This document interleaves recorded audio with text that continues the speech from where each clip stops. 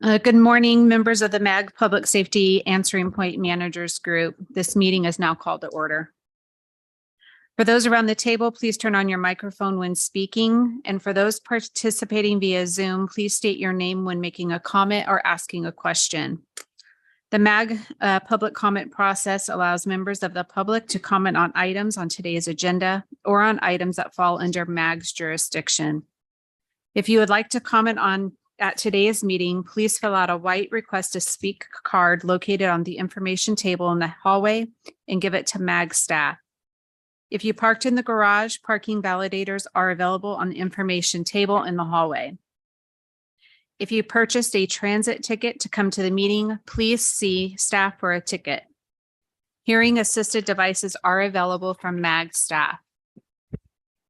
Before we proceed with roll call, I would like to welcome two new members to the committee.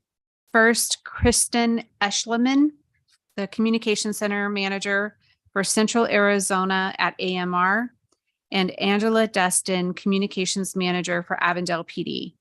We look forward to your participation on this committee. I would also like to welcome two new interim members to the committee, Jessica Kelly, Communications Manager at Apache Junction PD, and Jill Swanson, Phoenix Center Manager at the Arizona Department of Public Safety. Welcome and thank you for being here. I would also like to note that April 9th through April 15th is National Public Safety Telecommunicators Week. We celebrate and thank telecommunications personnel who serve our communities, citizens, and public safety personnel 24 hours a day, 7 days a week. Thank you for your commitment and service. We will now begin the meeting with a roll call of all members.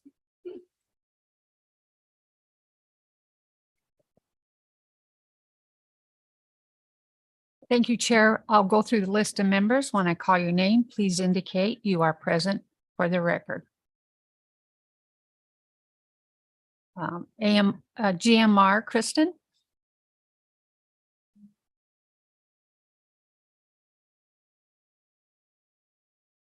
Christian, GMR. Apache Junction, Jessica. Arizona DPS, Kira. ASU PD, Trish. Present. There we go. I was worried nobody online heard me. Okay, thank you, Trish. Avondale, Angela. Present. Jim with Buckeye PD. Present. Chandler PD, Stephanie. Good morning, present. Fort McDowell, Stephanie. Gilbert PD, Kim. Present. Glendale, Loretta or Michael Ann. It'll probably be like Loretta's present virtually. Right. Okay, Loretta's virtually and Michael Ann in person. Very good. Goodyear, Shauna. Present. Luke Air Force Base, David. Present. MCSO, Jim. Good morning, present. Mesa Fire, Nicole. Present. Welcome, Nicole. Mesa PD, Lindy. Present. Paradise Valley, Heather. Heather Beckwith, present. Peoria PD, Brittany. Present. Phoenix Fire, Rain. Present. Phoenix PD, Dan.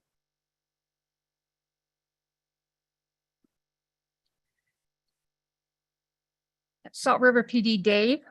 Good morning, present. Scottsdale PD, Karen. Present.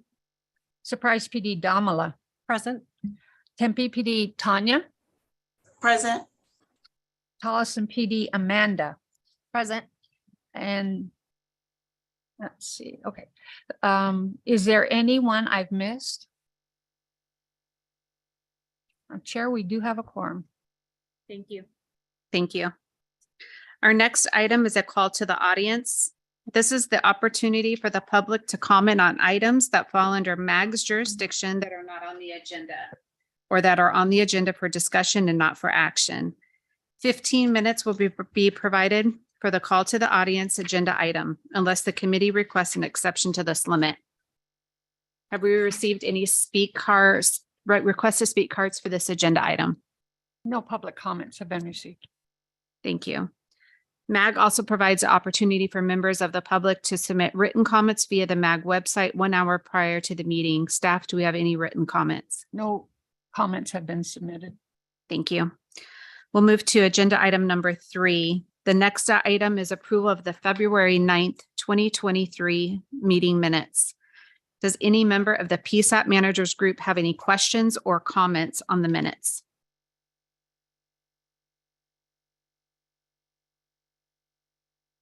Prior to approval of this item, do we have any members of the public who wish to comment on this item? Have we received any requests to speak cards for this item? No. Thank you. Do we have any written comments? No written comments. Thank you. Could I have a motion to approve the minutes? Karen Sutherland, motion to approve the February 9th minutes. That's Karen from Scottsdale to approve. Do I have somebody for second? Domala Fennessy, Surprise PD, I'll second. I've got Domala from Surprise for a second. Can I have a voice of vote of those in the room? Those in favor say aye. Aye. Aye. Those opposed say nay. Staff, can you take a roll call of the members participating virtually? Thank you. When I call your name, please indicate how you vote. Let's see. Gilbert PD, Kim.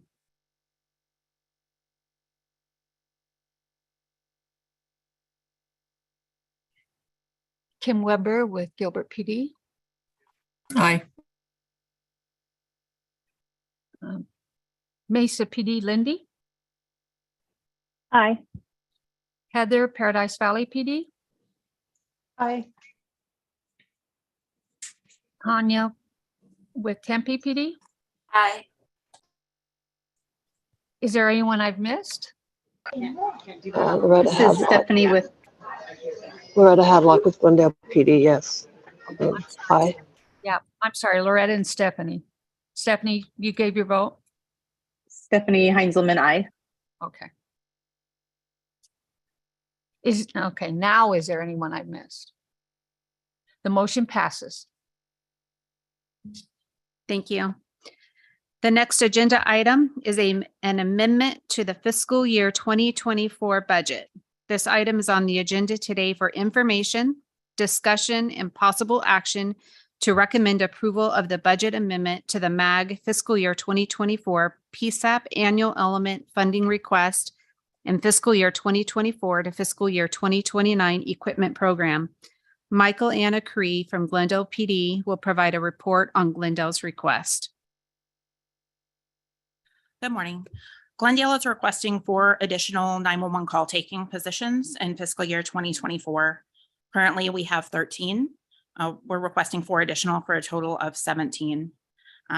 Just for some backup information on this, in a June 2022 report by the state, Glendale PD is second in the state to call volume per seat, only behind Phoenix Fire at over 10,000 calls per seat that we currently have. We have been fortunate that our staffing is increasing. We currently have 31 and a half full-time employees, 5 supervisors and 4 part-time employees. And we have the opportunity right now with a console modernization that we're going through to be completed by August 1st to have larger consoles with more space to accommodate these machines. So anyone who's driven by on the Loop 101 has seen things popping up there. The Vi Resort, lots of large apartment complexes with literally we'll have tens of thousands more people in our city every day. So the need will only grow from here, but this is a need that we need to fill now, and we're able to put more people in those seats. So that is our request for this year.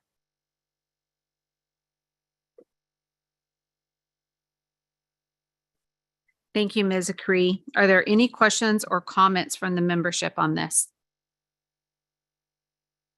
Karen. I I believe this to be long overdue. They've been showing year after year that their volume is high, very high. And that this, I know in discussions, it was a space problem that kept Glendale from getting it before. I think that this is something that they've needed for a long time. Anybody else? Jim? Just want to confirm, you said roughly 10,000 calls per current station? Yes. That's correct. In the 2022 report that the state gave us, there were 10,604 calls per seat for Glendale Police Department. And also to confirm, you said that you do currently have the personnel to man these stations if approved? Yes, that's correct. Several of the 31 and a half that I have mentioned are still in training on the radio portion, but have already been released on phones. So I have 27 full-time line level call takers at this time. Thank you. You're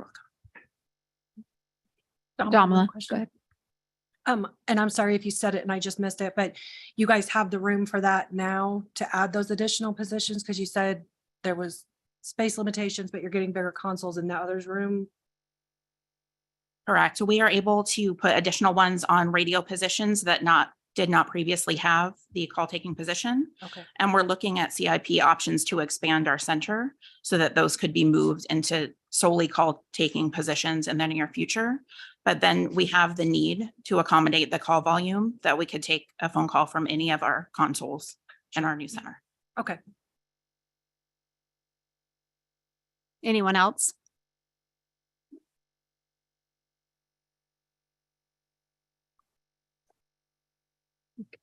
So this item is on the agenda today for information, discussion, and possible action to recommend approval of the budget amendment to the MAG fiscal 2024 PSAP annual element funding request and fiscal year 2024 to fiscal 2029 equipment program.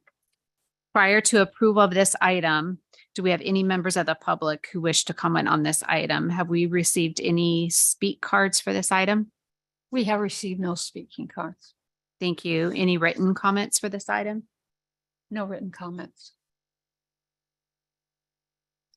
Thank you. So at this time, could I have a motion to recommend approval of the budget amendment to the MAG fiscal year 2024 PSAP annual element funding request and fiscal year 2024, fiscal year 2029 equipment program?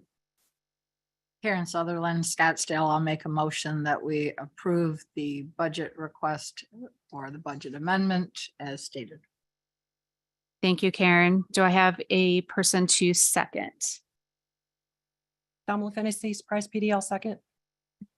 And I have Domala from Surprise to second.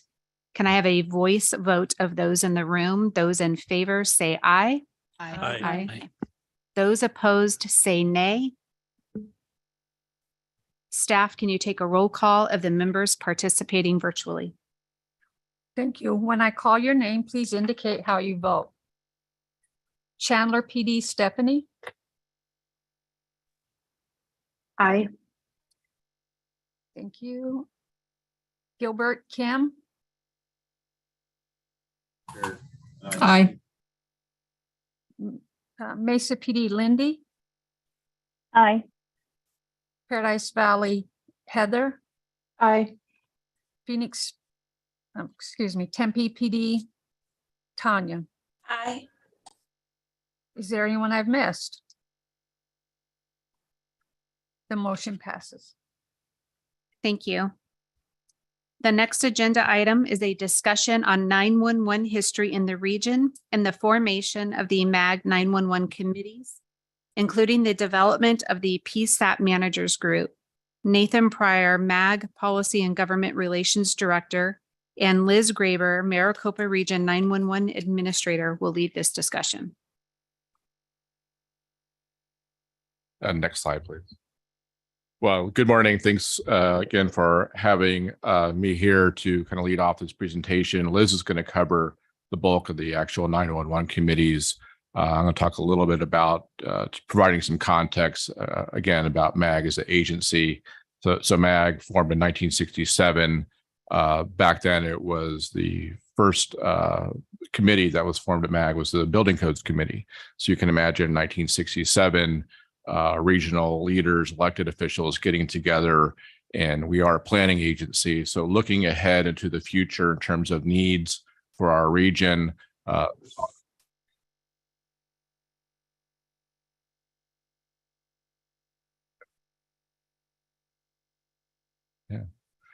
So my disembodied voice from somewhere else.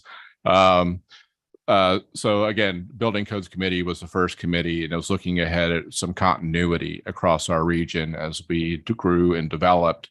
What you see behind me here is our current regional council. So these are the elected officials that participate at MAG. Regional council typically meets at least 10 times a year through the months of January through June, take a little break typically in some years in July, and then continue September through November timeframe. So working on policy issues, our Council of Governments, and I'll turn to this in a moment, is the kind of the non-transportation issues that we work on at MAG, and the 911 issues. Our committees fall under kind of that umbrella. Just to clarify too, and I believe I said this at a presentation here last year, you are MAG. So the member agencies are MAG. You're the ones that are driving technical information up through our committee processes, ultimately for consideration by our elected officials. So that's even reflected in the budget process that you're familiar with here. So those issues working up recommended through the MAG committee structure. And if you go to the next slide, you can kind of see our committee structure here with our regional council being at the top, our management committee. So the city managers, county managers, Native Nation managers also meet once a month. So we're always in this monthly kind of committee cycle, if you will, of moving technical issues up through our policy committees, management committee, and regional. And then we do it all over again. Next slide. This is this same chart in more detail. So you can see running across the bottom in the yellow boxes are the MAG technical committees. On the left side, those are the transportation committees. Those are under our metropolitan planning organization designation and function. That's more of a federal function, if you will, doing transportation planning for our region. In the middle boxes there, and on the bottom, you'll see PSAP managers, and that's not indicating any hierarchy being at the bottom. It's just filling this chart up to the oversight team. What's not reflected here is our ongoing 911 study committee that has met more on a kind of an ad hoc basis. So started some 6-7 years ago. They did their work. Then that kind of goes away. Now they're re-engaged again. So we'll see if we eventually build that into this hierarchy committee structure. I know that committee has concerns about wanting to address governance issues, but that's an issue for another day. It might be built into this chart. That remains to be seen. But again, issues flowing up through the MAC technical committees, going up to management committee, a regional council along the way. So just provide that contextual information as to where this committee kind of resides, if you will, within the MAG committee structure. Are there any questions on that? So again, very important work, obviously, that this committee and the oversight committee are doing. Our managers are very engaged currently on 911 issues. We appreciate their thoughtfulness and consideration on ongoing 911 issues. We really appreciate the work that you all do, of course, in making sure our regional 911 system is providing the public service that we also critically need. With that, I'll turn it over to Liz Graber. She's going to talk more about the actual PSAP committees and 911 committees here at MAG.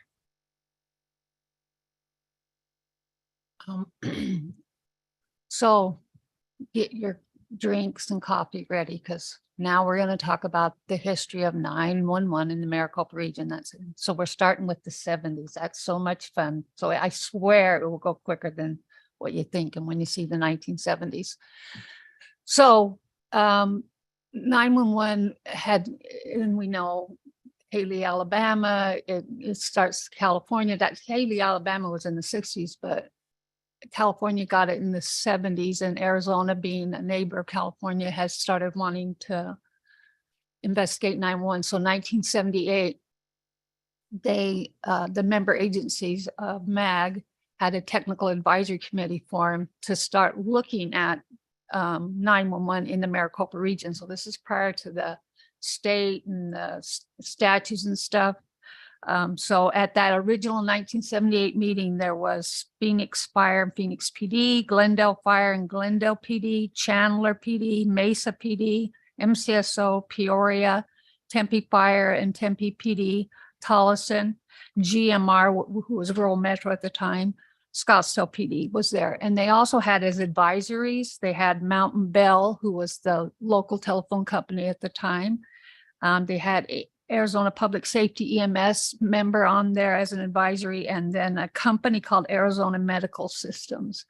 So they met in 1978 and got the ball rolling to talk about it, and reached out and talked to the state and legislatures. And they had discovered that Mountain Bell had been overcharging customers in another area. And so it was decided on the monies that the fines that they paid, that those initial monies would be used to install 911. So that's where we got our first chunk of money. And we'll go to the next one. So in 1983, before all of you were born, Governor Bruce Babbitt, former Governor Bruce Babbitt, signed a bill creating the Emergency Telecommunications Service Revolving Fund. And MAG, is recognized at that time, was recognized at the 911 Planning Committee for the Maricopa region as required by the state. And the state said everybody has to have someone planning it and then tell us. And so MAG was recognized since they were already in process and they already had regional planning under their umbrella. At that time, the city of Phoenix was appointed the contracting agencies in behalf of the PSAPs in the region. And then the city of Phoenix went directly in contact with Mountain States Bell Telco for E911 services. So that's how 911 started with city of Phoenix. And then 911 went live September 10th, 1985. So then they needed a technical subcommittee. So the advisory committee was more of a planning, but they needed somebody that at a lower level that could give information. And so this was a mixture of chiefs and PSAPs. And they started to meet, and the minutes, you see the minutes from those meetings. And how the agreement between the city of Phoenix and MAG worked back then is City of Phoenix would invoice MAG monthly on E911 related tasks. So everybody that was in my position and Robin's position at the time would keep track, because they had dual jobs. They would keep track of, I spent this much hours working on MAG, and this is my other job, but this is what I worked on MAG. And so the more they did that, the more, and they'd bill those hours every month to MAG.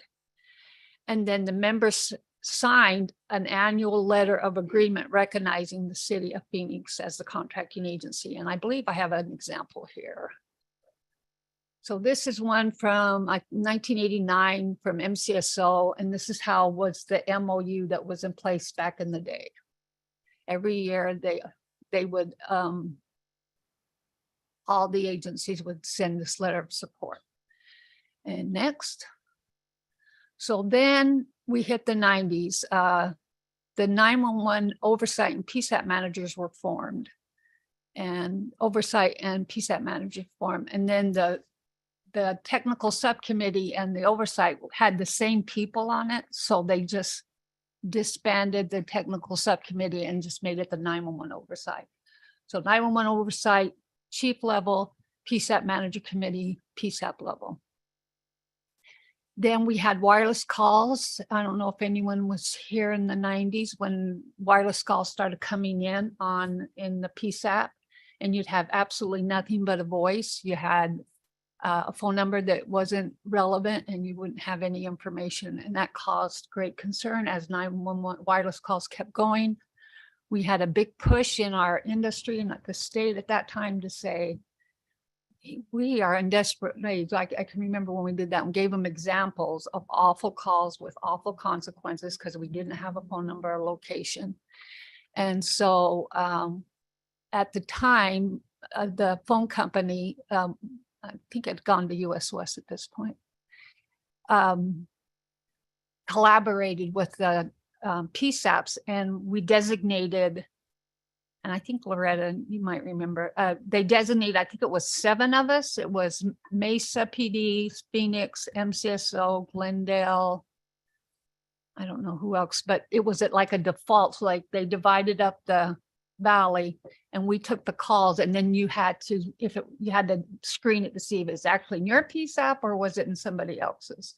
And that's kind of how we had a Band-Aid on it, but it kept getting worse and we needed to move to phase 2. So the state 911 office at that time collaborated with MAG to move forward on 2 things. To manage wireless 911 call routing, because at the time US West was not prepared to be able to, and we're talking now we're in 2000. So it's been going on for a while. And then the other thing is to start a self-maintenance, 911 self-maintenance to provide maintenance to the PSAPs instead of having the vendor provide it.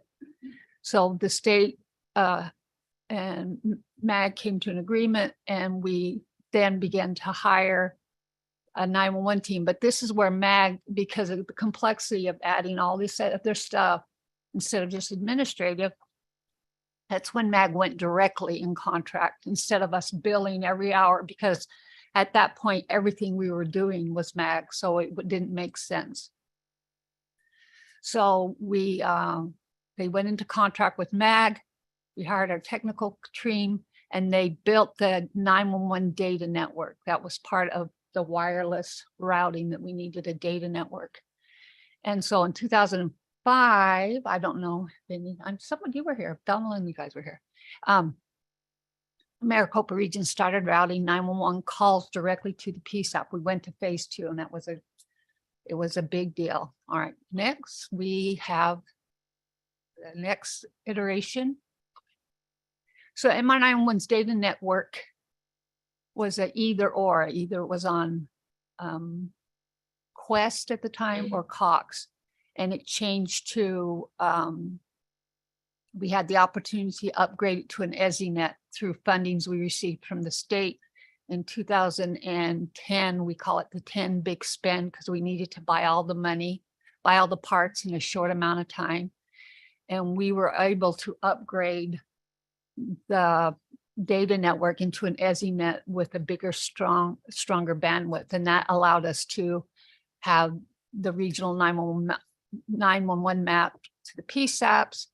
And then later on, this is where MAG's 911 study group was formed. This is what Nathan spoke of.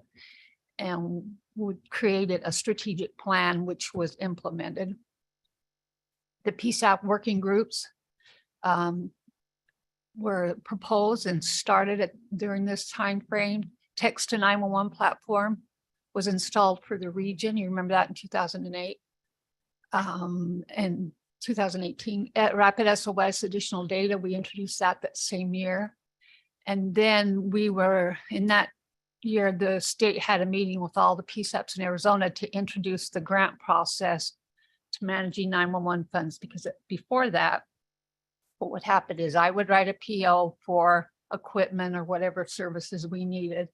And then I would submit it to the vendor would fulfill the PO. When everything was installed and was ready to go, they'd send me an invoice, I'd sign a letter, submit it to the state, and the state paid it directly. And the state recognized that this needs to be pushed down at a local level.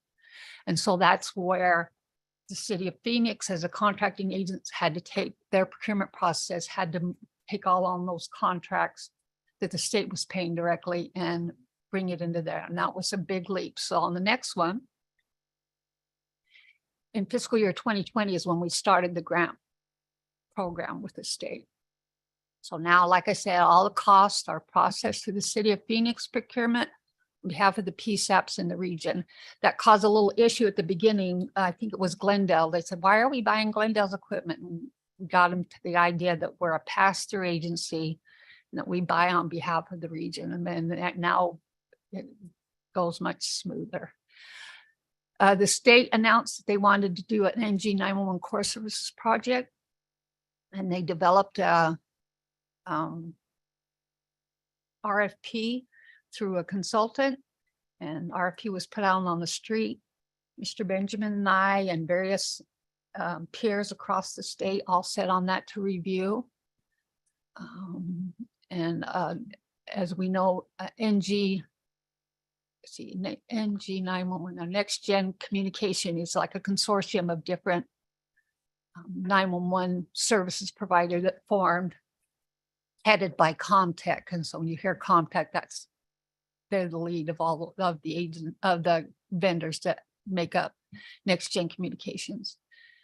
And we began doing installing and the state will go into this, installing NG 911 links, platforms, upgrading our equipment. And MAG reconvened the 911 study committee to assess 911 in the region. And the MAG consultants, probably all of you have spoken to them. If not, let me know. They evaluate the current 911 system in the region. They're going to compare to similar PSAPs in regions outside of Arizona to understand how other agencies with our type of footprint work. And they're going to provide the best options for 911 moving forward in the region. And I believe that's on my slides. So any questions? That was a quick thing, but it is good to know to have that in your pocket, and it's just bullet points. So this is on the MAG website if you want to save it.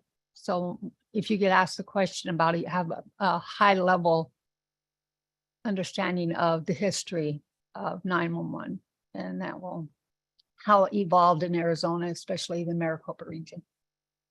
So what questions do you have for me? This is Jim. Dominic. Oh, go ahead, Jim. Thelma? Go ahead, Jim.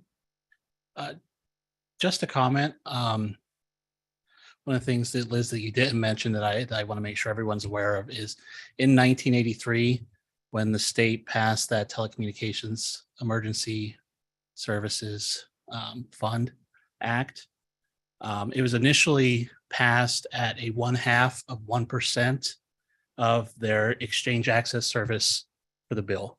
And it was in 2001 when they amended that to take it to 38 cents per phone line. And then in 2007, when it was amended again down to 28 cents. And then I believe 2010, when it was amended down to 20 cents. Yeah. So we're actually collecting less now than we were in 1983. And also point out that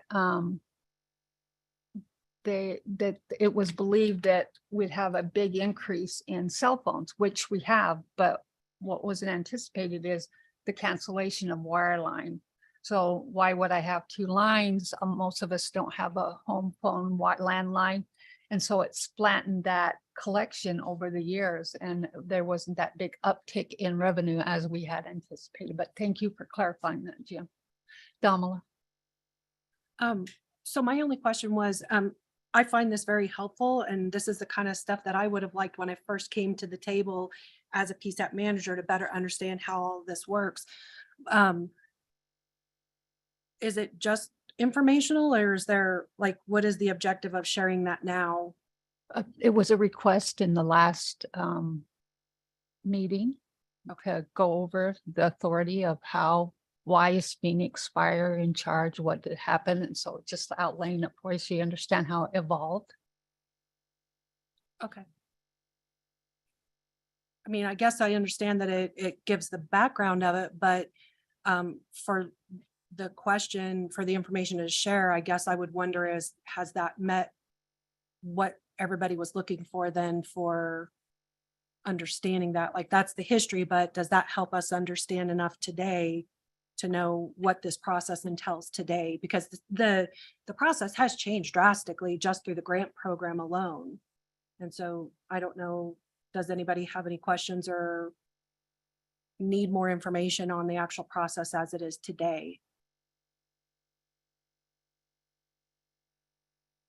Go ahead, Jim. I guess I would have a question. Liz, you had mentioned that the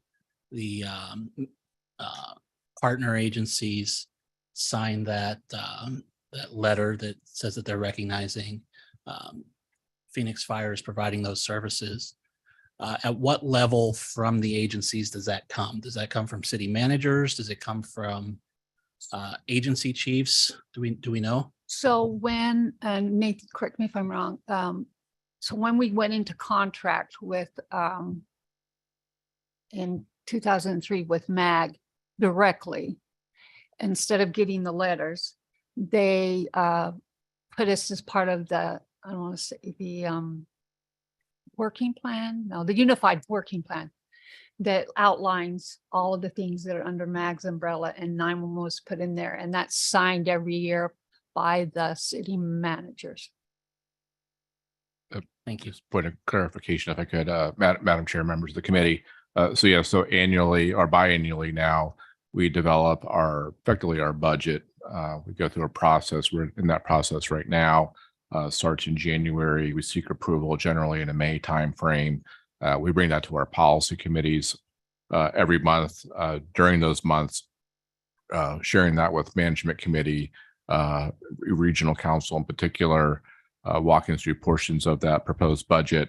Included in that budget is, to Liz's point, you'll see that there is an assessment, Maricopa Region 911 assessment, and those fundings going towards that contractual agreement with Phoenix for support. So we've built that now into our budget process. So it does get renewed now. We went from an annual to a biannual process. So you'll see that reflected in our draft proposed budget, even now going forward. Just for clarification, when you're saying biannual, are you talking twice per year or once every 2 years? Madam Chair, members of the committee, once every 2 years. So back to Damala's question, I think I agree with her that it's interesting to have this information, but what had been requested was more of a, where does PSAP managers group fit within this structure? What are our authorities? What are our responsibilities? You know, where do we as a PSAP managers group, where do we fit and why are we here and what's our purpose? That's kind of what we were asking for in the last managers meeting. Madam Chair, members of the committee, at its core, it is to this budget process. So it is, which we are in now, and it is working with PSAP managers, soliciting for those budgetary requests, rolling those up in this committee that starts the recommendation process. So when you all finish collecting those projects, it's compiled into a proposed budget that's all reviewed here. And then that goes up to that MAG committee structure. So ultimately, regional councils are the approvers. So all those technical committees you saw on the screen, they will advance issues up through their respective committee processes for recommended approval. And ultimately, management committee sees it, they'll recommend approval all the way up to regional council. So this is a starting point for that budget process. So you're the technical experts, you're closest to this, to the needs of the system. You're closest to the needs of your respective jurisdictions. So that really launches that annual budgetary process. Outside of that, committees here at MAG, whatever's under kind of their purview, if you will, that assists them in working on the issues of those respective committees. Obviously, there's a lot that's covered here outside of the budget conversation, looking at system issues and related. So it's really under the purview of those committees to talk about, work on issues within those respective committees as needed. So just a quick follow-up. So based on that, what you just said, the PSAP managers are the base of the budget process. Yet our recommendations are completely overridden and disregarded. So we have no authority. We're simply a recommendation. Every committee at MAG is a recommender. Ultimately, regional council has the approval.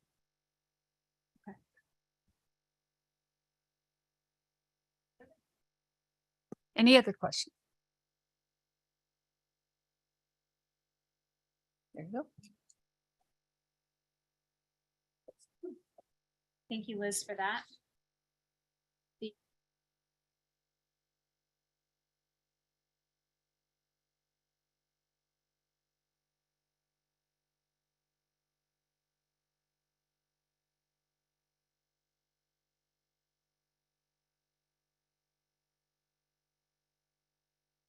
Department of Administration, Arizona Strategic Enterprise Technology, and is here with other ADOA staff members.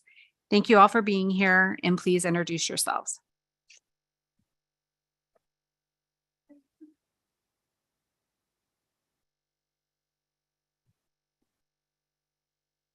Hello, am I supposed to be far or near to sound right? I'll stand here. Hi, Lisa Meyerson Marshall. Thank you for inviting us to attend. Learned a lot from Liz's presentation about the history. I knew some of it, but great update. Thank you so much for letting us be here and for listening to that. As was mentioned, I run enterprise programs and consulting for IT within the state of Arizona. Under my purview comes the 911 state program, and I'm going to let my team introduce themselves, and thank you for inviting us to attend. Morning, everyone. Thank you for having me here today. My name is Mike Gurr. I am the finance manager for the 911 program here. I work underneath the Division of Business and Finance, and I'm just glad to be here today.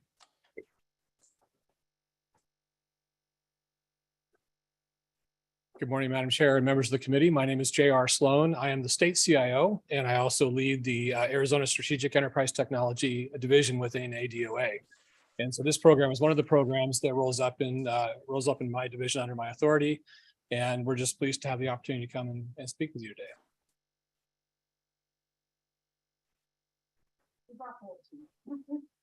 Good morning, Madam Chair and committee members. I think everybody knows me. My name is Greg Denton. I've been with the department since 2019, and I'm the IT manager for the 911 system. Good morning, everybody. Travis Jensen. I manage the 911 program with the state of Arizona. I've been with the state for the past 2.5 years. A couple other members of our team that couldn't be here. Eric had a conflict, as well as Gerald, who I'm sure you all know. And then we also added a new member to our staff, GIS coordinator. Her name is Brooke. She works very closely with Eric. So if you have any GIS needs, you can reach out to either one of them. But that is the totality of our team that was able to be here today.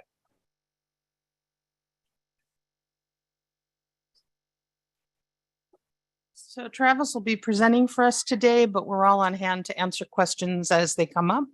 So thanks for being here. Okay, thank you. We can go to the next slide. So this diagram is a high-level overview of our next generation 911 implementation as it currently sits throughout the state of Arizona. So you can see via the map that all of the counties that are highlighted in green have been completed and are currently on the next gen network. We are currently doing the work in our phase 3 implementation, which is in yellow. And then in orange is our final phase, the phase 4, which is in northern Arizona. On the top right, you can see that we have completed over 41% of this project statewide. And next generation 911 is currently serving over 28% of the state's population in the counties that are highlighted. We are also providing this service via landmass to 55% of the square footage and square miles throughout the state of Arizona in the areas that are highlighted in green. Most recently, we completed the migration for the Valley Emergency Communication Center and the Pima County Sheriff's Office in Tucson. That's a very unique PSAP. If you've ever been down there, both of the PSAPs are housed on the same PSAP floor. So it kind of created some uniqueness to that. And then you can see the overall deployment project and then the connectivity chart that is at the bottom there. You can go to the next slide. This is a high-level overview of our phase 1 phase that we did for Next Generation 911. This was completed last summer. The project began with the Navajo County Sheriff's Office in Navajo County in northeastern Arizona, followed up by Show Low Apache County Sheriff's Office, White Mountain Apache Tribal Police Department, and Winslow PD. All of the agencies in those two counties utilize the Solacom call handling equipment. Those are the only agencies in the state so far to select that call handling provider. We then moved over to the western portion of the state where we did our upgrade to Mojave and La Paz counties and the PSAPs within. They selected the Vesta platform, which is being provided to them through AT&T. The next slide. The migration then turned into our phase 2 portion of the phase, moved down to Yuma County, where we connected with the multiple PSAPs down there. They have all been migrated over and are live with Next Generation 911, utilizing the Vesta AT&T platform. We moved to Gila County, where Payson and Gila County Sheriff's Office were cut over, Santa Cruz County in the south on the Mexico border, and then finished with Pinal County in the middle of the state. All the agencies that are on this map have been migrated over to Next Gen 911. We are currently in the process of migrating our phase 3 PSAPs in Pima County. One of the very big celebrations for us was migrating the Tucson Public Safety Communication Center. So the Tucson PSAP is the second largest PSAP in the state of Arizona behind the Phoenix Police Department. For context, the Phoenix Police Department has 102 consoles. The Tucson Public Safety Communication Center has 68 consoles, and then the third largest is the Mesa Police Department with 32 consoles. So it's quite a large agency that we were able to migrate. We are looking at potentially getting the University of Arizona Police Department. Might have to push them back a little bit. There was a couple of construction issues out there, but there'll be some of the next PSAPs that we cut over. And then we've added in the Wickenburg and Scottsdale Police Departments, which should be completed before our phase 3 end date in August. And then the final phase, which will start this September, we will move to the northern part of the state where we will cover Coconino County and the multiple PSAPs therein, hitting up Yavapai County as well. And then phase 4 also consists of the Arizona Department of Public Safety. They have 2 PSAPs, one in Tucson and one in the city of Phoenix, excuse me, in the city of Phoenix. And then we've added in Paradise Valley and Gilbert PD to that part of the implementation as well. Any questions about the current migration, where we're at, phase 4? Pretty straightforward. So yes, ma'am. This is Jessica with AJ. I know I'm kind of new to all this. My only question is how did AJ get skipped in the Pinal County Next Gen turnover? Correct. So because you're part of the MR91 consortium, you're with that group, not the Pinal County group. So, Gotcha. Okay. yeah. Okay. Yep. Yes, ma'am. I may be jumping the gun, but where are we in Maricopa County? Yeah. So I'm going to talk about that Okay. next. Okay. So one of the questions that MAG staff wanted us to discuss was the pause for the Maricopa County MR911 region. So back in, I'll say, the winter of 2022, our director was very, very heavily involved. Our previous director was heavily involved with our group and kind of making sure that the implementation was going smoothly. We were working towards kind of getting Maricopa County MR911 to a point where we could make this migration possible for them. A multitude of questions were presented to our director with some kinds of concerns over our vendors, what we were doing with our network. So due to some of the uncomfortabilities that were present in the communication that was sent to our office, the director determined that probably be in the best interest to kind of put everything on hold until we can get all on the same page and come to a level where everybody can agree with what the go forward plan is in the future. So we gave them some responses on what we're doing with our implementation, network diagrams, architecture of the system, how our next generation system works. And then we asked for some insight into the MR911 network infrastructure. Ultimately, the group decided that they wanted to go through the study committee with a third-party vendor. So the state honored that request. That process was supposed to be completed on April 1st. That has obviously been delayed. So we are waiting to obviously see the results of the study committee and then work forward with the multiple groups in this room that would be impacted by this to figure out kind of how we move forward.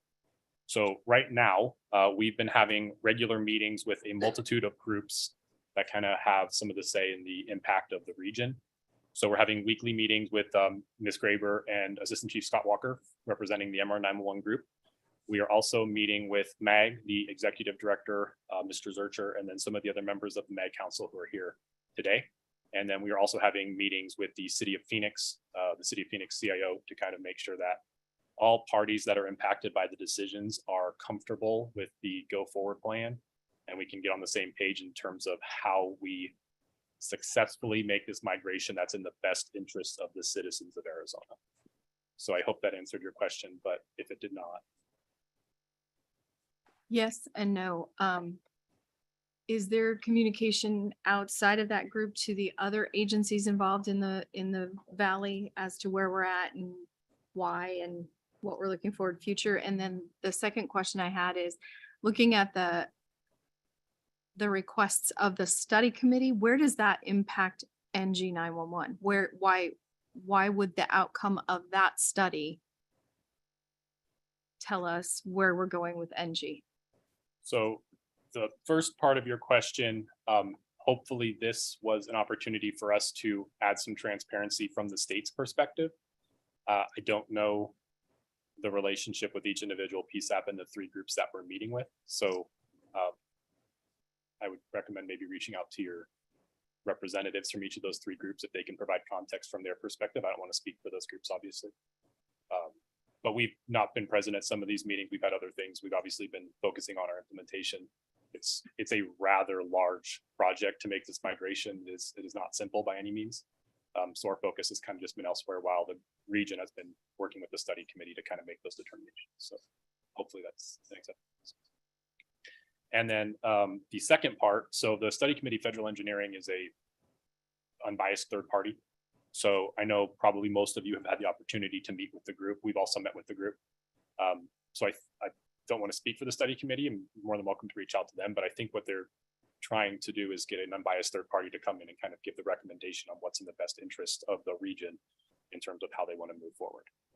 So hopefully the meetings that we're having with all three parties are impactful, and it's kind of helping guide them from our perspective as the state on terms of what we're doing outside of Maricopa County and what we think would be in the best interest of Maricopa County in terms of a partnership. And however that may look, we're still kind of working through the details. I don't know that we have an answer right now, but hopefully through that partnership, we'll get one very soon. Mr. Benjamin. Yeah. You mentioned about the transparency that you're trying to present, but you mentioned that much of this pause is a result of questions that came from what sources? Can you explain the types of questions that they were and what sources? Yes. So Mr. Walker presented our Director Tobin, with a multitude of questions in terms of what we're doing with our implementation, as well as some concerns with the vendors that we're using. So I would maybe direct you to Liv and Mr. Walker to ask what those questions were that they presented. Well, we're pretty familiar with the actions of Chief Walker since he's directly in our chain of command.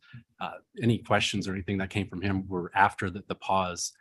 Can you describe what led you to the pause, the types of questions you received and the individuals that presented those questions or organizations? So the email response that was provided to us was after the pause, was after the questions that were presented by Mr. So you're talking then now solely that this is as a result of Chief Walker's doing that? No, it was a concern with uncomfortability, I said, right? So if the groups aren't on the same page in terms of what the go forward plan is, it was obvious that we weren't. So in pausing, we wanted to make sure that we were in agreement on what the go forward plan was in the best interest of all the citizens in Arizona. At the time, it wasn't, and I can explain the requirements in terms of the statewide interoperability and what that looks like and what we need from the group to move forward. So I'm just clarifying that Chief Walker, and was this the meeting with Chief Walker and Chief Duran? Or was it? because I there've don't been a believe couple. Chief Duran was on the email, but Okay, so, but they met with Chief Director Tobin? correct. Okay. And so he, whatever those concerns were that he expressed, he didn't ask to be paused. The state made that determination. I just want to Director- make sure we're clarified on that. The The director of state ADOA felt like that we needed to pause until we get some clarity. And the meeting that we're holding Tuesday is to help get that clarity. Correct. So on Tuesday, we have a technological meeting with Mr. Benjamin and his team, with Comtech, with Mission Critical Partners, which is the state's consultant, with Mr. Denton, our IT manager, to get everybody on the same page in terms of what we need technologically to make this work. And the good part is that we were able to, even though we were on pause for a portion of it, we still moved all the wire line off because that involved expenses that we Correct. didn't So- want, we were tired of incurring. So we moved that off and we were, before the pause, we had connections, we had done everything and we're starting testing. So we don't have to start from square one when it's unpaused. We'll be able to move forward because we had just began doing successful testing calls when the pause came from Director Tobin's office. And so we've kept sharp on everything and updated so that when the solution is agreed upon, we'll be able to re-engage as needed. I just want to reassure everybody of that. Yeah, that, agreed. Yes, ma'am. For Liz or for you. But one of the conversations that seems to keep coming around in our agencies comes from the fire chiefs about the technological ability of being able to reach the fire department when we go NG 911. There seems to be a large concern in the region that that is not going to be possible. And so if that's something that we can clear up on the record, that would be great. Can you clarify if it's the ring down lines or a 911 transfer? What I have heard was it sounds more like a transfer, that we won't be able to reach them via transfer and get the help to the citizens. Yeah, I can definitely give context to this. So I think everybody knows what a star code is, right?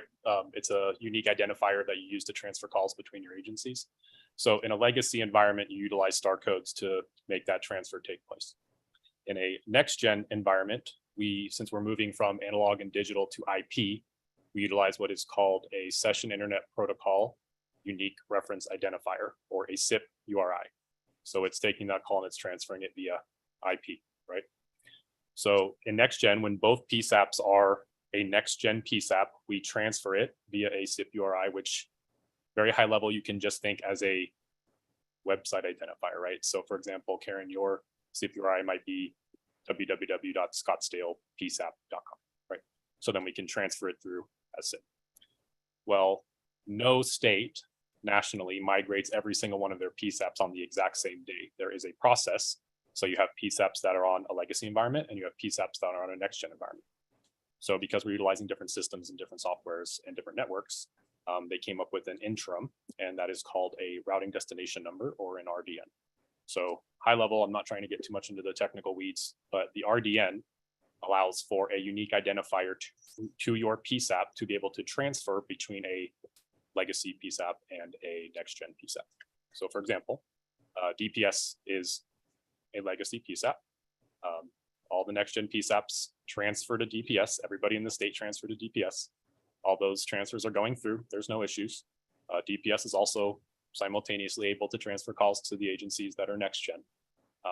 We're not the first state to do this. This has been done many times in other states. So no concern that I'm aware of with transferring calls, but we can also address this in the technological meeting that we have next Tuesday. So if there is any concerns that come up, we can communicate that out to the region in terms of what that may look like.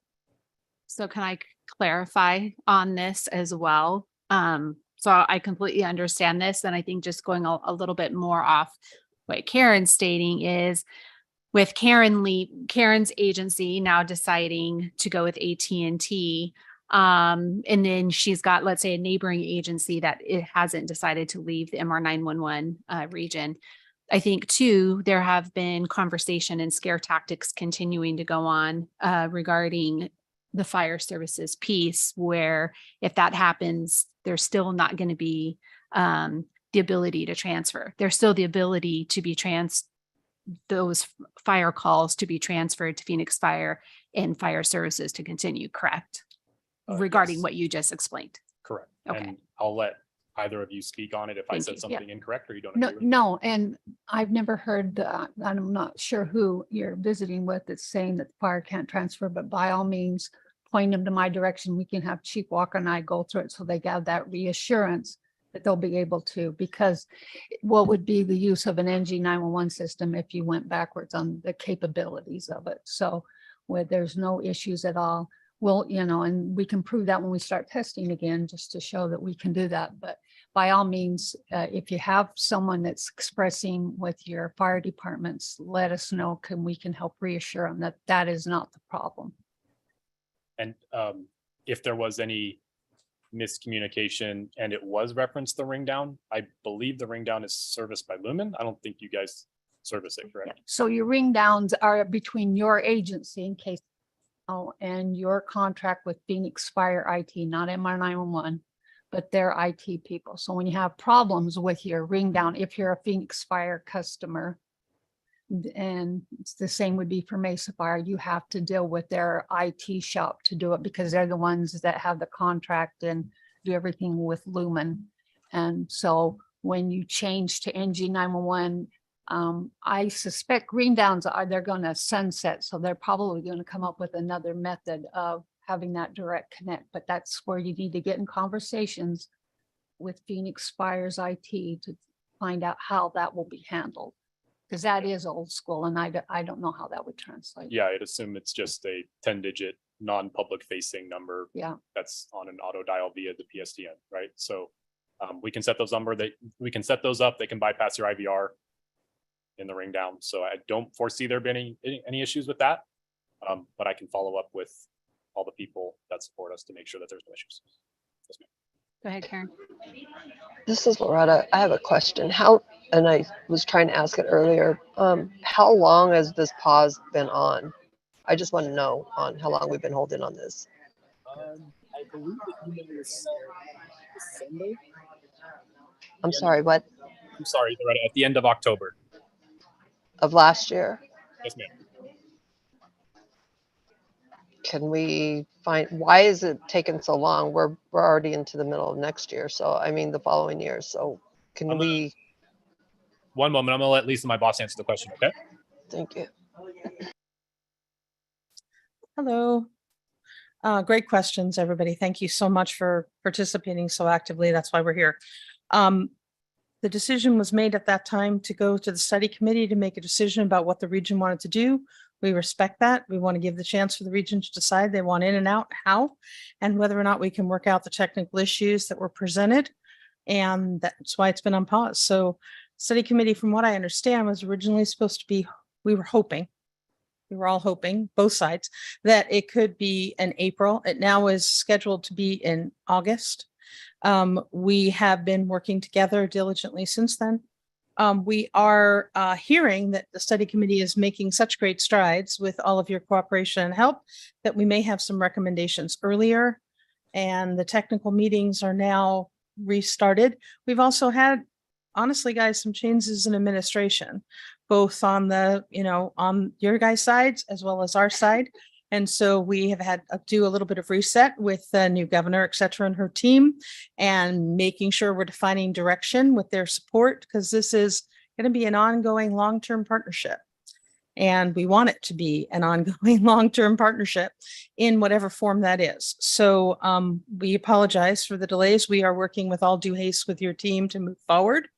And the study committee, now that it's on the ground and now that it's really active, I think you'll have a lot of the answers on what you want to do. And then once you decide if you want to be part of the state system on the terms that we can manage and effectively implement, then great. Then we're going to go forward together as soon as that happens.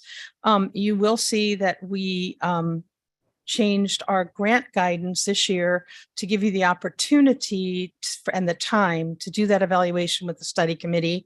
So everything is basically in a state of the way it has always been for the next 6 months on that grant cycle, just to give the time, because we did institute the pause and take responsibility for that, to give you the time to respond and to figure out what you want to do, and then to figure out what that means. Some people, the MAG itself may decide, and City of Phoenix, that they don't like going to this next generation system in its current format. I mean, that's possible, in which case then that's one decision, and that will have, lots of different impacts. You as individuals may decide that if that decision is made, that you want to become part of the NG911. So there's so many variables here. We have to give you the time to figure out what you want to do, so that then we can react to it and bring you forward. Assuming that you want to be part of the system, then the question is, are you all hanging tight together as part of that system? Or are some of you wanting to work with us individually? Again, these are things that we feel that we have to give this region and the individual agencies within the region the time to make the right decision for them. This is not we'll just switch and then we'll change our mind. I mean, this is major decisions. So we wanted to give you folks the time to make sure that you were comfortable. Liz, you were going to say something. Yeah, I want to make sure and clarify something that you said. So it's not, you can choose to go to the NG911 system. It's which NG911 system you want, because MR911 is prepared to do an NG911 system. Like I said, we were in the middle of testing it. So it's which platform that you want to do, AT&T or Maricopa Region. So I'm sorry, I want to go back Maricopa to the won't- original question, and the person that asked the reason for the pause and why is it's taking so long. And I apologize, I do talk a lot, but it's a complex issue, obviously. Did I answer your question? Yes, you did. Thank you. So Liz, when we switch to NG911, it will be separate from the rest of the state? So the original idea in the RFP was to have Maricopa Region keep their EZNet. The state would implement an EZNet statewide other than us. And that would allow, and then once everything was brought up, then we would start working on hooking them together to act as backup. Because as you remember, Pima would have issues with their 911 as a service platform going down for hours. And so they reached out to us prior to the NG911 RFP or anything that's happening with us to ask MR911, how is there any way that we could leverage and shift our calls up to you? And so we were in talks of that. And then the RFP was brought up and developed with that in mind. So it was either they had two options, either MR911, just one big EZNet, or we keep two. And that's where they would both give NG911 core services. So we do get that from Comtech. We would get that from Comtech. And the state would have but if there was ever an issue with either network, we would be able to make sure calls going, because Pima suffered from calls not going anywhere, and they just didn't, they went into a black hole, and that's not anything. Was we that want on to the have NG network? No, It was on the legacy network. it was on, it was prior Lumen? to NG911 being. Was it part of that Lumen problem we were having? Okay. So I just want to make sure I understand completely. Those agencies that are associated with MR911 will have NG911 eventually, but it will not be connected to the rest of the state. It won't be, it will be on a different EZNet with the plans of hooking them to the rest of the state. So you still be able to transfer and all that. Right. But could we do things like with the backup calls routing to, say, Tucson, or Yes. we can still do that? Yeah, That so you can transfer calls to Tucson and such. And would have to meet with AT&T to talk about, like, the city of Maricopa uses Chandler as their backup, their default. So they would be able to still be able to ship those calls. So on the larger scale, and this gets into a lot of operational stuff, because if Tucson sends us their calls to, we'll say, Phoenix or Mesa or however it's developed, how are we getting them back to them? So there's a lot of work that needs to be done on that planning of that project. technically it can happen, but governance operationally, that has to be planned out. Because without that, you have to know what to do with the call. As if I can, just Yeah. for a moment. Just a clarifying item on that. The interoperability will be there from the very beginning. Our system, being part of the Comtech system, it is in the RFP. The RFP was written for the state with Maricopa Region as an autonomous actor within the same system on 2 different networks. And there will be interoperability from the beginning, as there is today, throughout the process. The extra disaster recovery capability is in case of catastrophic failure in either network. So if there's catastrophic failure in the Comtech provided EZNet, that 911 calls would be able to be directed into the Maricopa Region EZNet and be potentially even connected back to, say, Pima County or Coconina County and so forth. And likewise, if there was catastrophic failure on the EZNet portion in Maricopa, that those calls then would be handled by the rest of the state ComNet system, up to possibly including being routed into the PSAPs. So that's Okay. an extra layer of redundancy that I guess I'm not understanding the need for that if the state system is functional, resilient, and redundant.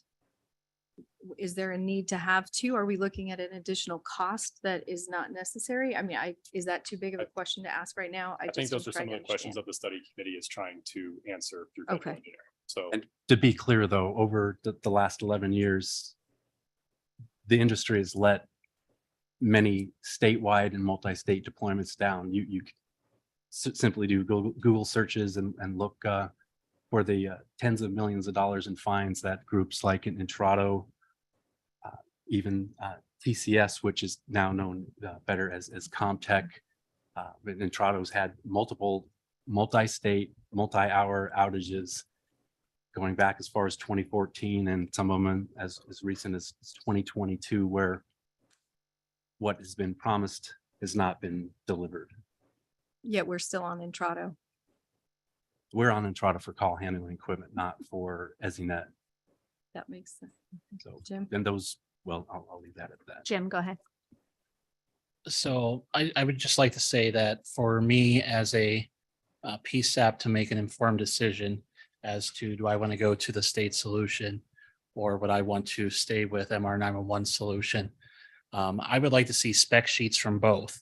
You know, when I go and buy a new television, I look at 2 TVs side by side and I look at the dots per inch here, the dots per inch here. You know, is it LED? Is it,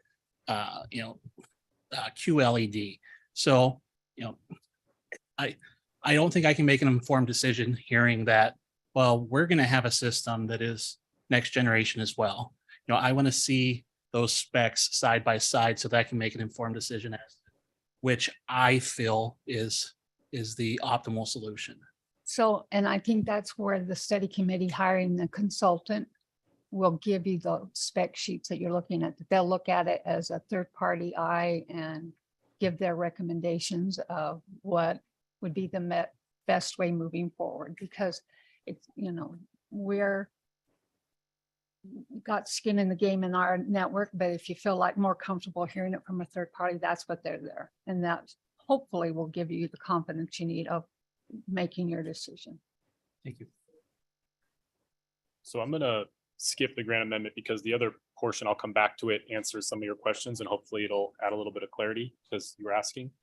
So what was in the RFP, as Mr. Benjamin stated, was a fully redundant interoperable networks within the state for that added redundancy. So as he stated, if both the MR91 data centers go down, the state picks it up. If both the Comtech data centers go down, one is in Phoenix, one is in Dallas, MR91 can pick up the workload, right? So, but what was in the RFP is that if either one of the networks go down, that the other network can take the call, process it, and send it to its intended PSAP. And that's a very important part, because operationally, what are you going to do with the call from Tucson? I don't know, right? And operationally, what is Page, Arizona going to do with one of your calls? I don't know. It doesn't really offer any any assistance to either citizen or the PSAP. So as the interoperability requirements, and one of the conversations we're going to have with the IT conversation next week is for us to move forward before we do anything to move to next gen, that capability has to exist prior to the migration, because it does you no good to take those calls. So operationally, that's a massive impact for all of you and all of your agencies. So that is the first point with the statewide connectivity. Each network needs to touch all the PSAPs within the other network, right? And that's something that we're going to be working through next Tuesday to kind of see how that takes place, and more importantly, when that is going to take place. But it needs to take place immediately if we are to go forward with this plan.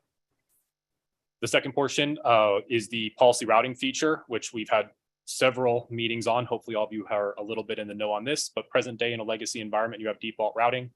It has extreme limitations. Mainly, you probably have one backup PSAP and somebody backs you up, right?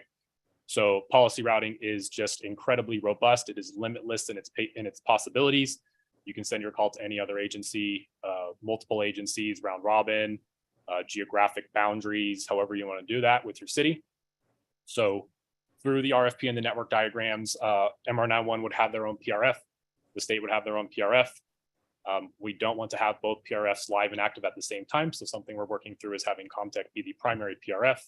MR91 can still have total control and access over all of their PSAPs and how those calls are routed, but having multiple PRFs adds a couple of challenges in terms of how your calls would be routed.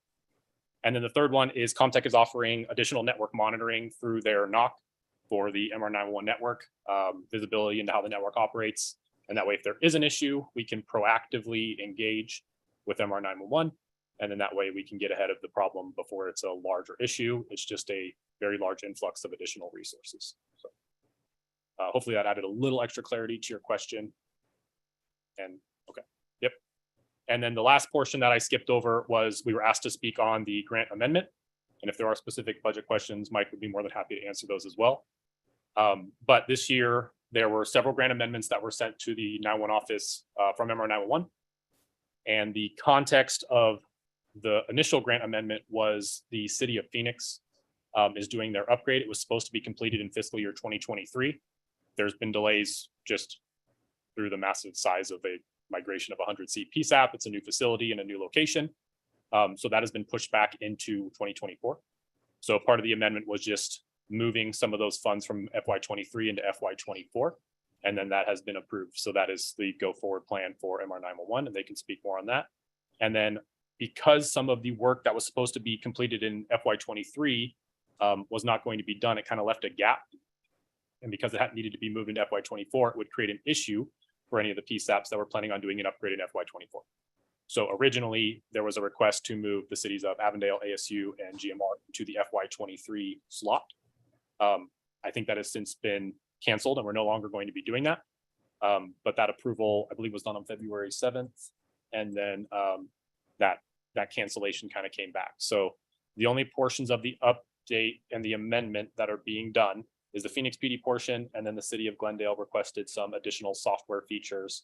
And we had approved those. They're just some documentation that we're working on getting from the vendor protocol. So Travis, can you clarify that we are, our award this year hasn't increased, but we are allowed to use unspent monies towards that?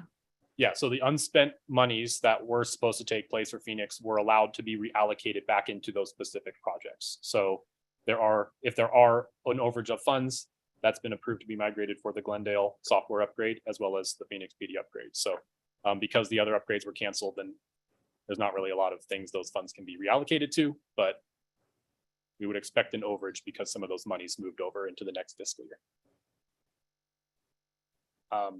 That is the end of our presentation. All of my team's contact information is on the board. It's part of the slide. It's on our website. If you have any questions, comments, concerns, we're more than Just welcome. so you can say it's equal, I'm gonna take a bite of one. Try it. Oh, I know, I'm gonna probably get sick. Hey, Tanya, there you go. So unless there's any other questions, thank you all for your time this afternoon. It's appreciated.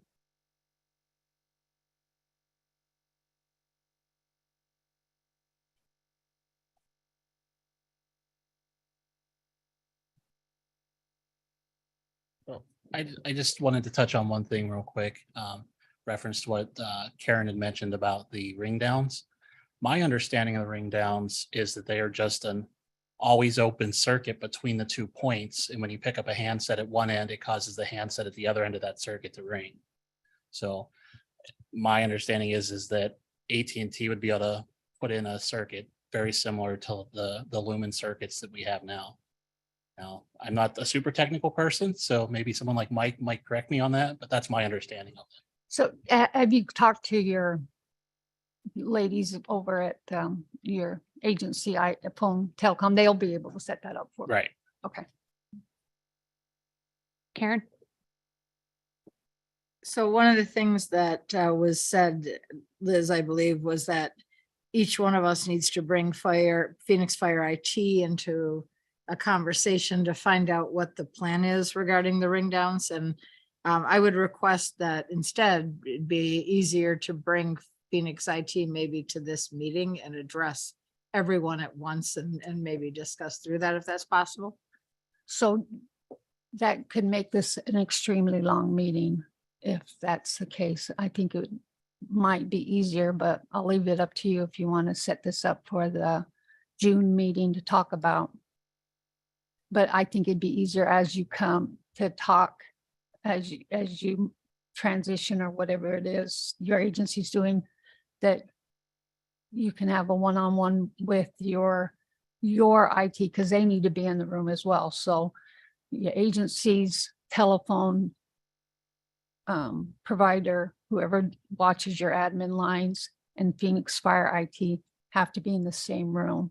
So if you have us all here, that might be problematic.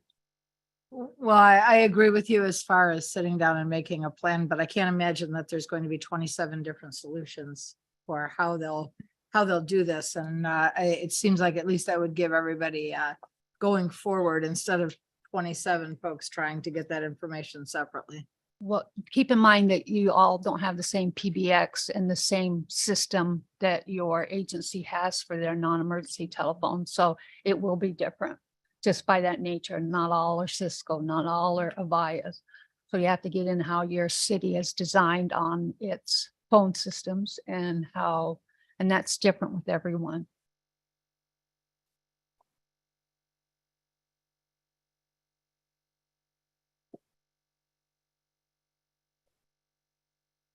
Okay. The next agenda item is a discussion on the type of standardized reports that will be most useful in performing budget analysis. Domala Finney with the Budget Working Group will provide this report. Thank you, everyone. First, I want to start off with just saying thank you to those that have been able to participate on the Budget Working Group. It's been quite a task, and I really appreciate everybody's input and participation. We were able to have a meeting in February to better try and understand the financial data and the process. We gained some insight, but there were still a lot of unanswered questions. And to be honest, I think we've kind of realized that it's a lot of data. I mean, it's not our primary jobs. We're not financial people, not on a regular. We do get involved with budgeting and whatnot. But it's far too much data for us to try and make sense of. But I think to Nathan's point and the information they were sharing about the history and our role and what we're supposed to be doing, it makes it really hard for us to make good recommendations when we don't have enough firsthand day-to-day involvement to understand it at the level we would need to. There's not enough transparency. Communication needs to be better about it. And so I think it would be easier if we had some sort of budgeting software. I don't know what that would be, what that would look like, but it might help get the consistent data shared with everybody so that we can all understand it, so that when we go back to our city leadership and whatnot, we're able to give them good information, consistent information in an understandable format that makes sense to all of us. I appreciate Liz and Robin sharing the documentation and stuff that they were this past couple of months. But honestly, without having both MR 911 representatives and state representatives sitting at the table talking to us, giving us immediate answers, we spend a lot of time shuffling through this paperwork, trying to understand it, having email conversations, phone conversations, in-person conversations, webinar conversations, and it's just not as productive as it needs to be for us to make good recommendations coming from the budget group to everybody else sitting in the room that's not digging into it the way we are, in a way that you can understand and then take back to your leadership. So one of the suggestions was that we come up with some sort of standardized reports. And I don't think that decision can be made here today, but I think it's certainly there for conversation and whatnot to get it kicked off, if you will. There's also, we have to consider where the funding for that comes from to provide this software, although I don't believe that's going to be super expensive. So thoughts, comments? Chair? Audrey? Yes. I know City of Phoenix does have budgeting software that this is all integrated in. And so it probably makes sense to define what outputs are most useful to you and see if they can be extracted from that system rather than implementing one that would have to ingest from that system and then re-spit it out. So I think that your idea of, what is it you actually want to see and in what format would probably be the most useful starting point, because then maybe Liz could go back and ask them to create those reports so that it's automatic and you get what you want on a consistent basis. Because I believe she's extracting and putting in a spreadsheet in another format. So if we could automate that, that would give you consistent look and feel to what you want. So Liz, would you agree that that's accurate? Because I took away from our meeting that you guys aren't using software, you're using your tracking sheets, which is just an. Yeah, those are the ones that we use, but the city of Phoenix, and I sent you what the fiscal sends to the state, those documents, they have reports from those. So all we need is you to identify what it is you're wanting to have on the report. And then I'll work with the fiscal people to make an automated report for that. Okay, so then I think to start off with, what I'd like to request from all the PSAP participants here is, as a PSAP manager and on behalf of your city, if each of you can send me your top 5 things, let's start with 5 because that's going to be a lot of PSAPs giving me some information. Let's start with the top 5 things that you guys want to see in these reports so that we can start there, see if that's doable. And then if it's not, then maybe we need to start looking at alternative options if that's not going to meet our needs. Anybody have thoughts, comments to that? Okay. All right, we'll Yeah. start there then. Yeah, I think that's a good idea. Okay. Okay, the next agenda item is the administrator report. Ms. Graber will provide this report. Okay, so since the previous year, we are at 141. At this time, we are at 44, so we're ahead of the curve. Text to 911, our monthly average for calendar year 2023 is 1,088. Year to date is 1,146. I need to change that. That's not correct. Well, maybe it is, because yeah, that's right, and it is. And the previous year is just to keep us on the scoreboard is 11,430. So we always see an uptick on text to 911, and we actually do report them as 911 calls. They're considered 911 calls, even though they're a text. It gets counted towards your operator having to interact with this a caller or a citizen via that. So we'll continue to see how it will grow and if we'll break 11,403. And also a reminder that we are getting ready to do our service plan. There are some changes to the service plan, minor as far as new PSAP managers and such, that we're going to submit that this week. And then that we'll be doing the grant submitted for those that had requested us to submit on their behalf on, but that will become the week after. So if you have not, if you're having MR 911 submit on your behalf, we need to have personnel count and your call numbers, MIS numbers from last year. I'll go through and make sure a lot of you've given me that. I'll go see who's missing off of it and send you out a quick reminder because we need those numbers as part of the grant. Hey Liz, this is Loretta. I got a question on those numbers for text to 911. On the calls that come in from alarm companies, they're coming in through that texting. Are those counted as 911 calls? Yeah, and unless any of you correct me, I think MCSO is the only agency doing that at this point. Is anyone else participating in that? No. So Jim. This is Mesa. We just went live yesterday with it. Okay, so we'll look to see what Mesa does. But MCSO went from like maybe average of 30 a month to 230 a month. So it was a big leap. Yeah. So that number is year to date 1146, but the monthly average is 1088. Actually, probably would have gone through March. Yeah, this is through March. I'll have to double check. I think year to date might be incorrect. I'll have to Okay. look at, I'll have to look. I at was my just trying thing. to do the math and it didn't seem right. Yeah.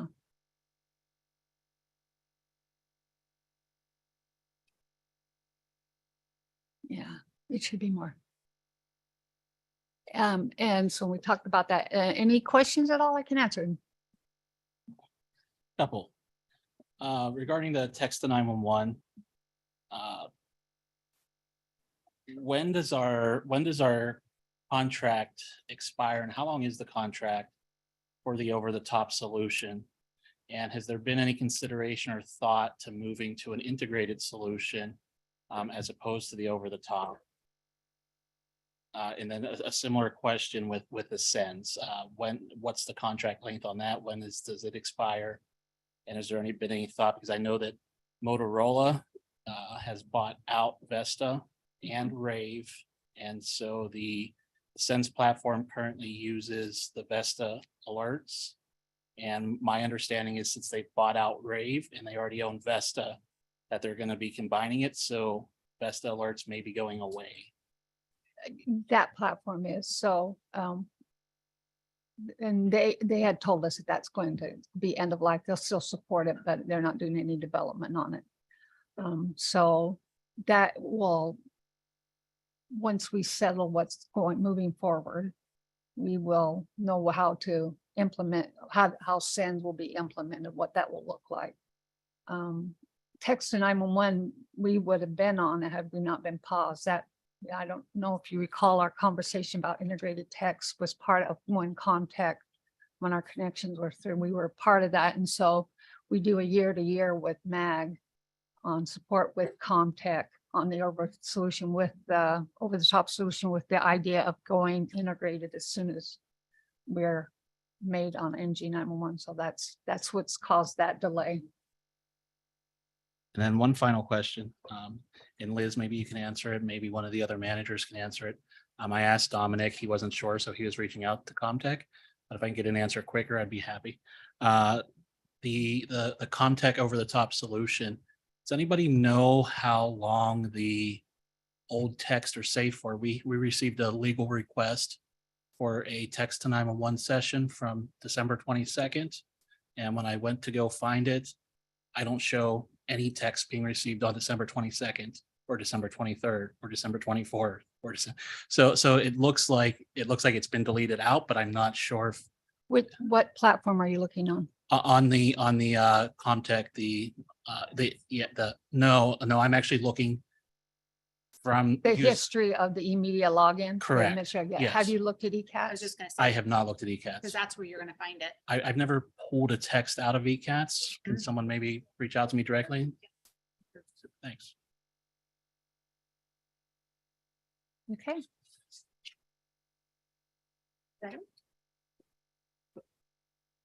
The next item is a report from the MR 911 technical team. Mike Benjamin, 911 technical manager, will provide this report. Mike had to step out for another urgent meeting that's being held, so he gave me his notes.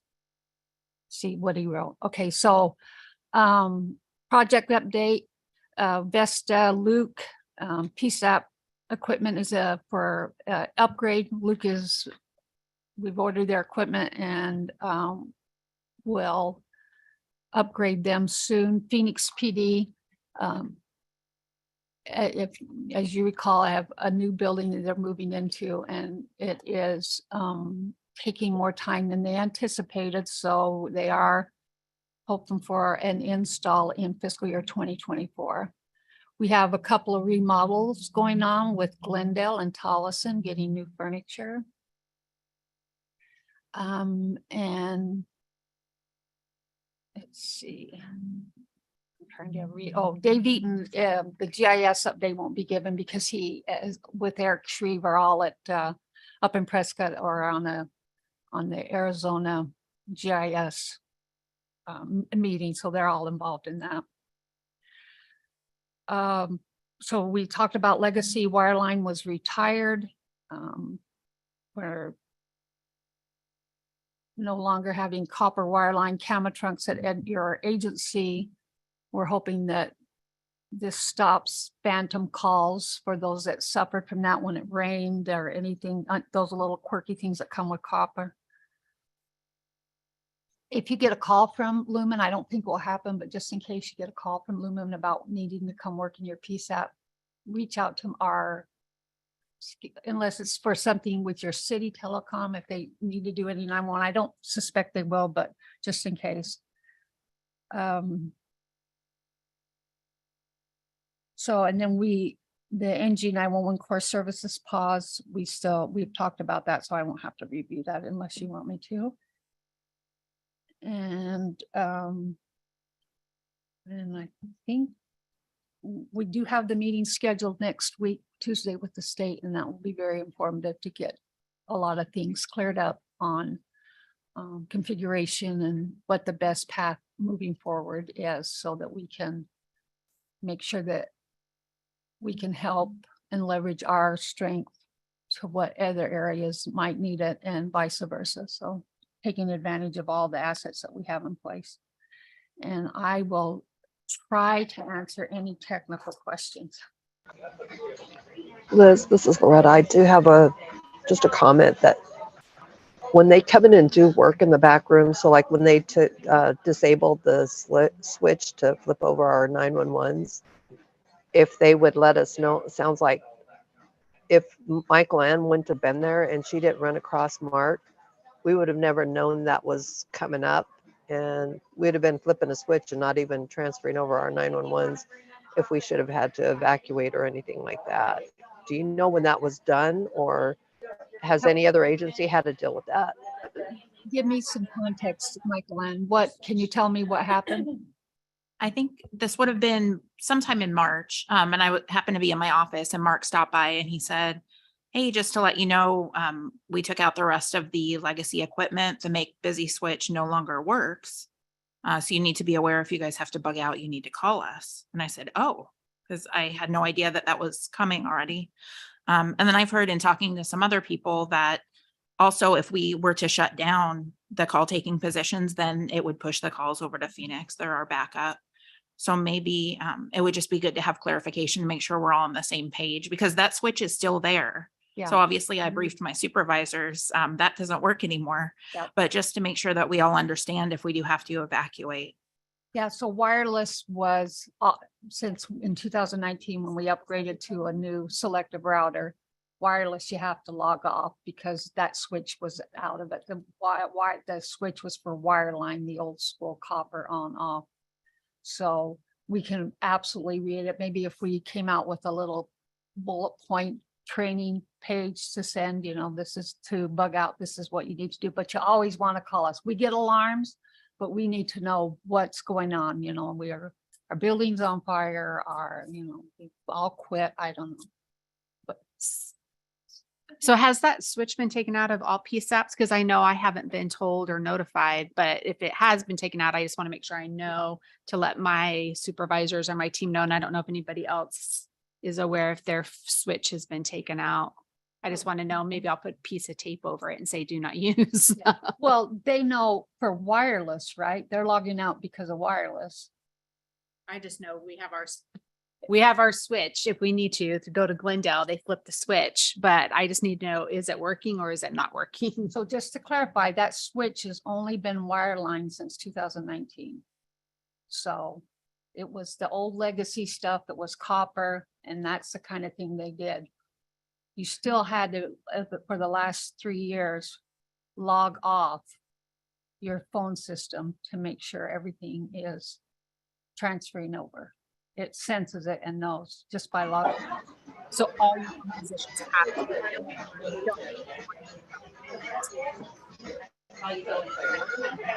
So if you're leaving, Yeah. they're gonna have to log off.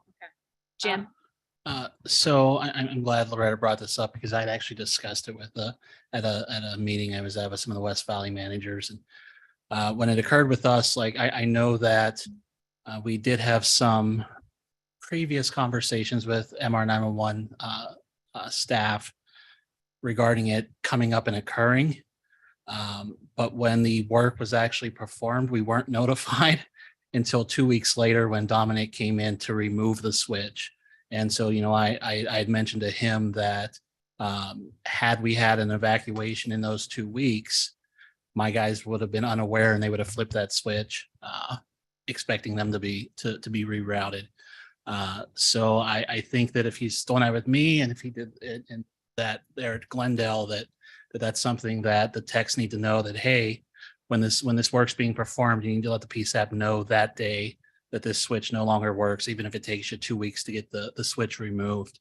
In addition to that, regarding the logout, my concern is that, and I stated this way back when wireless went to needing a logout, but I'll reiterate it now and say that's even more important now, now that all lines are set this way.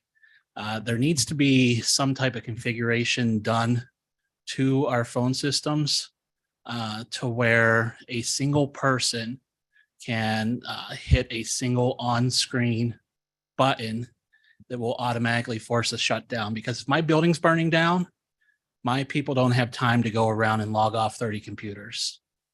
Yeah, so, well, do you have people sitting at all 30 computers?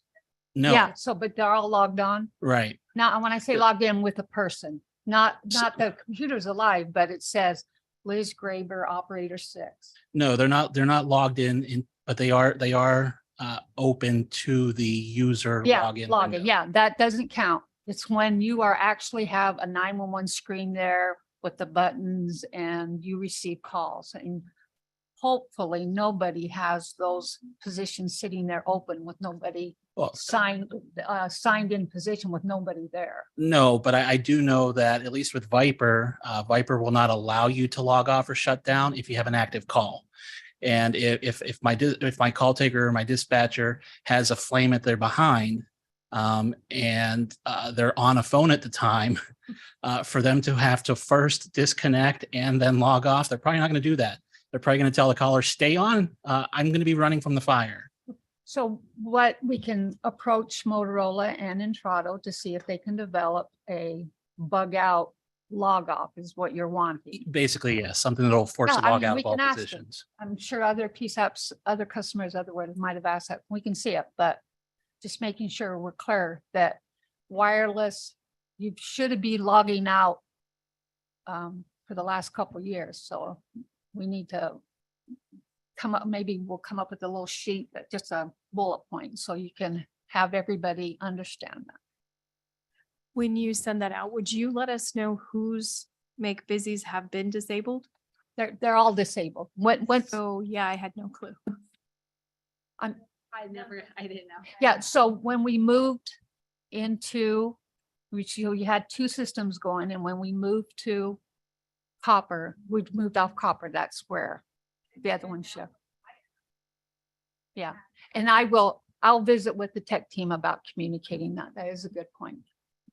Just to add on to them, Mark came in and I was out on a meeting and Mark came in and told one of my employees, Yeah. Hey, just let you know, this doesn't work anymore. And they don't even really know what that entails or what that was. And the button or the switch is still there, but we didn't know it was, he just said it doesn't work. Why doesn't it work? Is it broken? What's happening? So more communication. Yep. To add on to it. And Loretta, did I answer yours as well?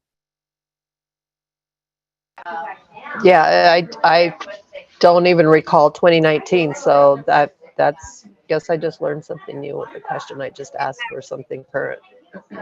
Had put out, so there's a reminder. Okay, any other technical questions? Karen. Yeah, more of a budget question than technical. When you were talking about Phoenix putting it off until next year and some of the other changes, would those be amendments then to the budgets, and will they be something that you share with the group as we have these large budget changes like this? Yeah, so we have reviewed the Phoenix one, but we'll continue going forward as budget amendments happen to talk to this group.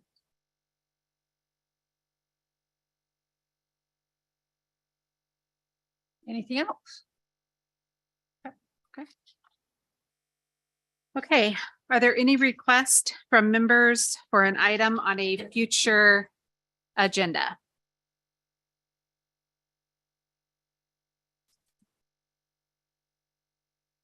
Okay.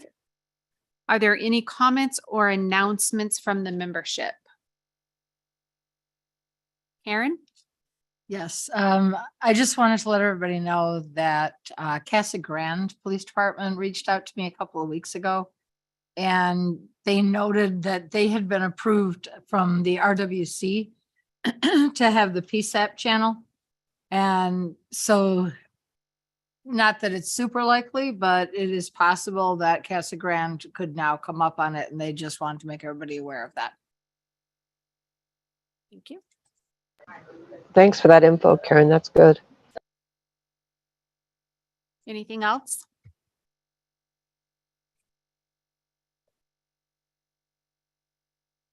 Okay, the next meeting of the PSAP Managers Group will be on Thursday, June 8th at 10 a.m. with no further business. Today's meeting is